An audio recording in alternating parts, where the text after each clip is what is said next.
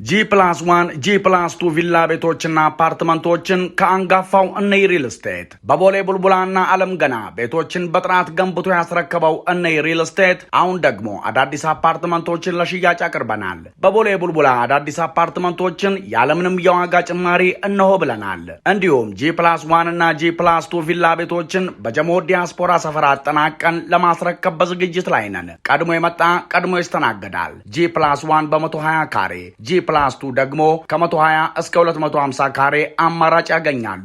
ቤቶቹን በ30 በመቶ ቅድመ ክፍያ ጀምሮ የራስዎ ማድረግ ይችላሉ። 50 በመቶ ቅድመ ክፍያና 100 በመቶ ለሚከፍሉም ደንበኞች ልዩ ቅናሽ አዘጋጅተናል። ዘመናዊ መኖሪያ መንደራችን የጋራ የመኪና ማቆሚያ፣ ትምህርት ቤቶች፣ የልጆች መዝናኛ፣ የጤና ተቋማት፣ የስፖርት ማዘውተሪያ እንዲሁም ሰፋፊ አረንጓዴ ስፍራዎችን የያዘ ነው። ማን እንደ እነይ ሪል ስቴት። ለበለጠ መረጃ 0956 11 11 16 ወይም 0956 11 11 19 እነይ ሪል ስቴት። የተከበራችሁና የተወደዳችሁ የሰሞንኛ ቤተሰቦች እንደምን አላችሁ? የዕለቱን ወታደራዊ መረጃዎች ወደ እናንተ ለማድረስ ተገኝተናል። የዛሬው መረጃችን በኢራንና አሜሪካ መካከል በድርድርም ሊቋጭ ያልቻለውን ውዝግብ በስፋት የሚመለከት ይሆናል። የአሜሪካ ግዙፍ መርከብ ከኢራን በቅርብ ርቀት ላይ እንደሚገኝ የሚያሳዩ የሳተላይት ምስሎች በብዛት እየወጡ ናቸው።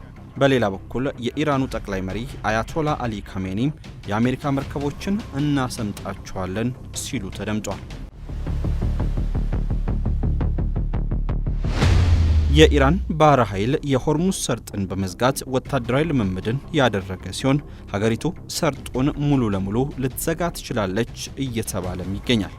ላይክ፣ ሼር እና ሰብስክራይብ እያደረጋችሁ እስከ ዝግጅታችን ፍጻሜ አብራችሁን እንድትቆዩ ግብዣችን ነው። አሁን በቀጥታ ወደ መረጃዎቻችን አለፍን።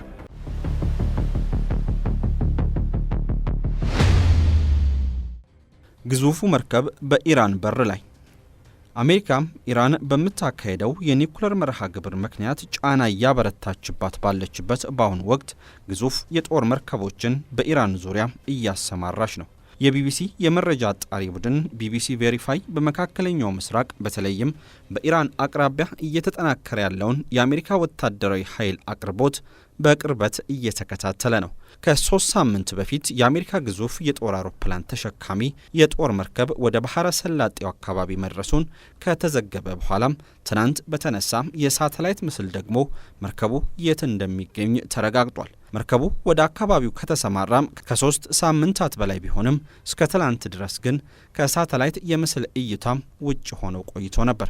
በብዛት የመርከቦችን ቦታ ለመለየት ከሚውለውና ዩሮፒያን ሴንቲኔል 2 የተባለው ለሕዝብ ይፋ ከሆነው ሳተላይት የተገኘ ምስልን በመጠቀም በተደረገ ማጣራትም አብርሃም ሊንከን የጦር መርከብ ከኢራን አቅራቢያ ከኦማን የባህር ዳርቻም 240 ኪሎ ሜትሮች ርቀት ላይ እንዳለ ለማረጋገጥ ተችሏል። የአሜሪካ ባለስልጣናት ጄራርድ ፎርድ የተባለው ሁለተኛ ግዙፍ የጦር አውሮፕላን ተሸካሚ መርከብ አብርሃም ሊንከንን በመቀላቀል ከሌሎች ወታደራዊ መሳሪያዎች ጋር ወደ ቀጠናው መሰማራታቸውን አረጋግጧል። የአውሮፕላን ማኮብኮቢያና ማረፊያ ያለው ይህ መርከብ F-35 እንዲሁም F-18A ሆርኔት የተሰኙ የጦር ጄቶችን እንደታጠቀ አሶሺየትድ ፕሬስ ከዚህ ቀደም ዘግቧል። ዩኤስኤስ አብርሃም ሊንከንና 3ቱን የጦር መርከቦች በሺዎች የሚቆጠሩ የአሜሪካ ወታደሮችን ይዘው ወደ መካከለኛው ምስራቅ እንደተሰማሩ ይነገራል።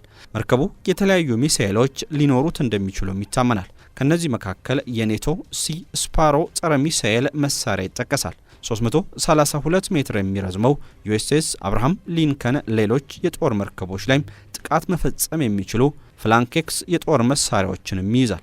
ፍላንኬክስ በኮምፒውተር ቁጥጥር የሚደረግለት በራዳር የሚመራ የጦር መሳሪያ ነው። መርከቡ ከዚህ አልፎ ራም የተባለው ሱፐርሶኒክ የሚሳኤል ስርዓት እንደተገጠመለት ይታመናል። ከአሜሪካ ግዙፍ የጦር መርከቦች መካከል አንዱ የሆነው ዩኤስኤስ አብርሃም ሊንከን ሌሎች በርካታ የጦር መሳሪያዎችና የራዳር ስርዓቶች የተገጠሙለት ነው።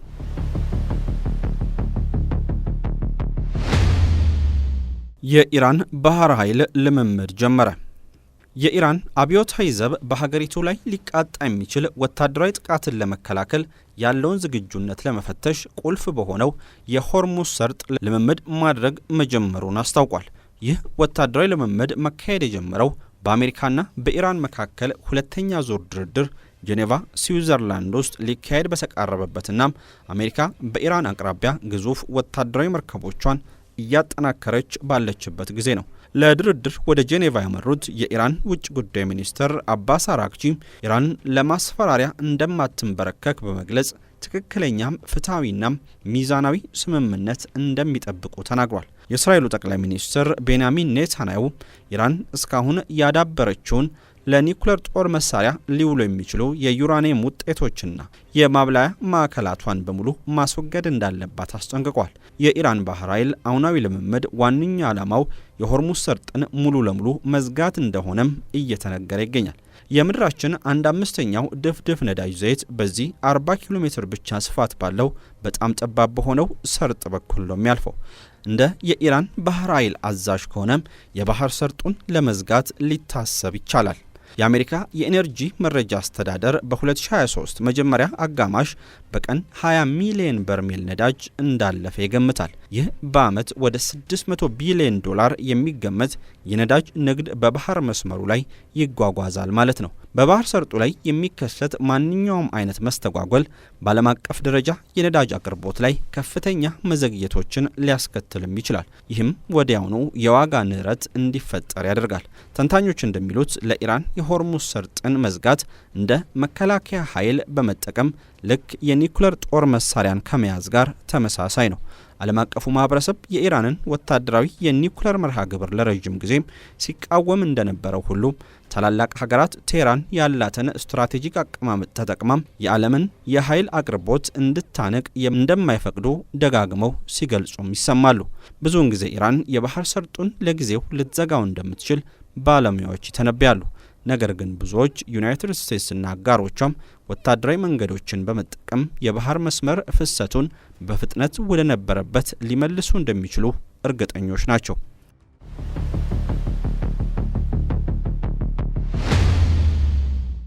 የአሜሪካ መርከቦች ይሰምጣሉ። አያቶላም አሊ ካሜኒ። የኢራን እስላማዊ ሪፐብሊክ ጠቅላይ መሪ አያቶላ አሊ ካሜኒ የዓለም ሀያሉ ሰራዊት መልሶ እንዳይነሳ ሆኖም ሊመታ እንደሚችል በመግለጽ ለፕሬዝዳንት ዶናልድ ትራምፕ ምላሽን ሰጥቷል። ፕሬዝዳንት ዶናልድ ትራምፕ ከኢራን ጋር ከተፈጠረው ፍጥጫ ጋር በተያያዘም የአሜሪካን ጦር ሰራዊት ሀያልነት ባገኙበት አጋጣሚ ሁሉ በተደጋጋሚ ሲናገሩ ሰንብቷል። በሀገራቸው ዙሪያም የጦር መርከቦቿን እያስጠጋች ያለችው አሜሪካም ኢራን የሚቀርቡላትን ቅድመ ሁኔታዎች በመቀበል ከስምምነት ላይ ካልደረሰች እርምጃ እንደሚወሰድባት ፕሬዝዳንት ትራምፕ ሲዝቱም ቆይቷል። ይህን በተመለከተም አሜኒ በሰጡት ምላሽ የአሜሪካ ፕሬዝዳንት ሰራዊታቸው በዓለም ላይ ጠንካራው እንደሆነ በተደጋጋሚ ይናገራሉ። ጠንካራ የተባለ ሰራዊት አንዳንድ ጊዜም እንዳይነሳ ተደርጎ ክፉኛ ሊመታ ይችላል በማለት አስጠንቅቋል። ጠቅላይ መሪው ጨምሮም አሜሪካ የጦር መርከቦችን ወደ ኢራን መላኳን በተደጋጋሚ እየገለጸች መሆኗን በመጥቀስ መርከቦች አደገኛ መሳሪያዎች ናቸው፣ ነገር ግን የበለጠ አደገኛው ነገር እነዚህን መርከቦች ከባህር ስር እንዲሰምጡ የሚያደርገው የጦር መሳሪያ ነው በማለት የአሜሪካ መርከቦች የሚገጥማቸውን ምላሽ አመላክቷል። አሜሪካ ካለፈው ሳምንት ጀምሮ በዓለም ላይ ካሉ ትልቅ አውሮፕላን ተሸካሚ የጦር መርከቦች መካከል አብርሃም ሊንከን የተባለውን በኢራን አቅራቢያ በሚገኘው ባህር ላይ ያሰማራች ሲሆን በቬንዙዌላ ላይ በተፈጸመው ጥቃት ውስጥ ተሳታፊ የነበረው ጄራርድ ፎርድ መርከብ ደግሞ ወደ ባህረ ሰላጤው እንዲያመራ አዛለች። ከነዚህ ግዙፍ የጦር አውሮፕላን ተሸካሚ መርከቦች በተጨማሪም ሌሎች በርካታም የአሜሪካ የጦር መርከቦች ከተለያዩ የዓለም ክፍሎች ወደ መካከለኛው ምስራቅ እየተሰማሩ ናቸው።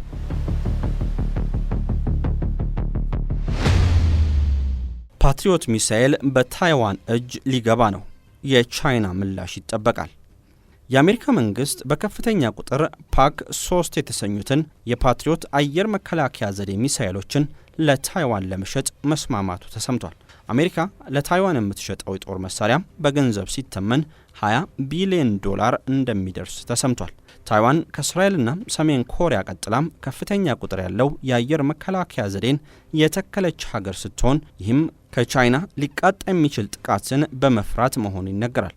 ይህን ሚሳኤል አጠር አድርገው ሲጠሩት ፓትሪዮት ይሉታል። በአማርኛው አርበኛው የሚል ስያሜ ሊሰጠውም ይችላል። በትክክለኛ ስያሜው ግን አይኤም 104 ፓትሪየት ነው። አምራቹ ራይተን ቴክኖሎጂስ ኮርፕ የተባለው ትልቅ ኩባንያ ነው። ለመጀመሪያ ጊዜም አገልግሎት ላይ የዋለውም በገልፍ ጦርነት ጊዜ እስራኤልን፣ ሳውዲ አረቢያንና ኩዌትን ከኢራቅ ጥቃት ለመከላከል ነበር። ከዛ በኋላ ደግሞ በኢራቅ ወረራ ጊዜ ቋሚ ተሰላፊም ነበር። እስካሁን ድረስ ባለው መረጃም 240 የሚደርሱ የዚህ ሚሳኤል ዝርያዎች የተፈበረኩ ሲሆን 18 ሀገራት በመከላከያ ተቋማቸው ውስጥ አካተውታል። ስራው ረጅም ርቀት ድረስ ከምድር ወደ ሰማይ እየተወነጨፈም ለተለያዩ ዓላማዎች የሚምዘገዘጉ እንደ ታክቲካልና ክሩዝ ያሉ የጠላት ሚሳኤሎችን ማደባየት ነው።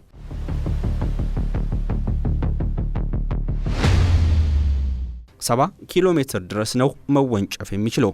ይህም ማለት በርካታ ከተሞችን አልፎ ጥቃትን የማድረስ ብቃትን ተላብሷል ማለት ነው። ይህ የሚምዘገዘግበት የከፍታ መጠን 24 ኪሎ ሜትር እንደሆነ የሚያሳዩ መረጃዎችም በቅርቡ ወጥቷል። የአሁኑን የአሜሪካ ወታደራዊ የጦር መሳሪያን ለታይዋን መሸጥ ተከትሎም የቻይና መንግስት ምላሽ ከወዲሁ እየተጠበቀ ይገኛል።